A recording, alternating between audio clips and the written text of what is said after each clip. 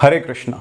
श्रीमद् भगवद गीता के 8वें अध्याय के आखिरी श्लोक 28 में अब आगे भगवान श्री कृष्ण ने अर्जुन से कहा, वेदेषु यज्ञेषु तपस्सु चैव दानेषु यत् पुण्य फलम प्रदिष्टम अतेति तत्सर्वमिदं विदित्वा योगी परम स्थानमुपैति चाद्यम। अर्थात जो व्यक्ति भक्ति मार्ग स्वीकार करता है वह वेदाध्ययन, तपस्या, दान, दार्शनिक तथा सकाम कर्म करने से प्राप्त होने वाले फलों से वंचित नहीं होता। वो मात्र भक्ति संपन्न करने से इन समस्त फलों की प्राप्ति करता है और अंत में परम नित्य धाम को प्राप्त होता है। यह श्लोक 7वें तथा 8वें अध्याय का उपसंहार है, जिसमें कृष्ण भावनामृत तथा भक्ति का विशेष वर्णन है। ब्रह्मचर्य अवस्था में मनुष्य को अपने गुरु के निर्देशन में वेदों का अध्ययन करना होता है और उन्हीं के आश्रम में रहकर तपस्या करनी होती है। अपने गुरु के आश्रम में रहकर जब छात्र 5 से 20 वर्षों की अवस्था तक वेदों का अध्ययन करता है तो परम चरित्रवान बन जाता है।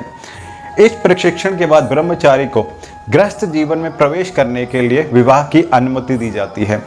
गृहस्थ जीवन में उसे अनेक यज्ञ करने होते हैं जिससे वह जीवन में आगे उन्नति कर सके।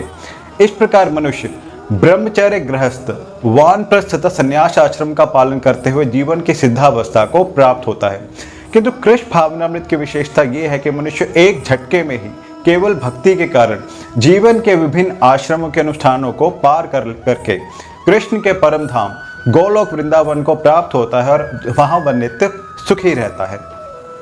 और इस प्रकार श्रीमद् भगवद गीता के 8वें अध्याय भगवत प्राप्ति का भक्ति वेदांत तात्पर्य पूर्ण हुआ। कल से शुरू करेंगे अध्याय 9, जिसका नाम है परम गुण ज्ञान, और जानेंगे कि भगवान श्री कृष्ण ने अर्जुन से आगे क्या कहा। तब तक मेरे साथ प्रेम से कहिए हरे कृष्णा, राधे राधे। हरे कृष्णा। श्रीमद् भगवद गीता के 8वें अध्याय भगवत प्राप्ति के हुए समापन पर मैं आप सभी के प्यार और सहयोग के लिए आपका धन्यवाद करना चाहूंगा।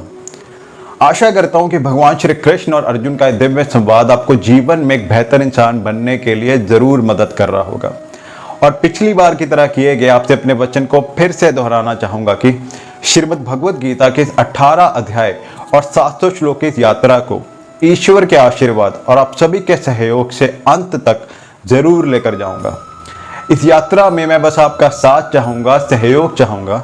अगर मुझसे कोई गलती हो उसके लिए आपसे क्षमा भी चाहूंगा और खुद को किस तरह बेहतर कर सकता हूं उसके लिए आपके सुझाव भी चाहूंगा।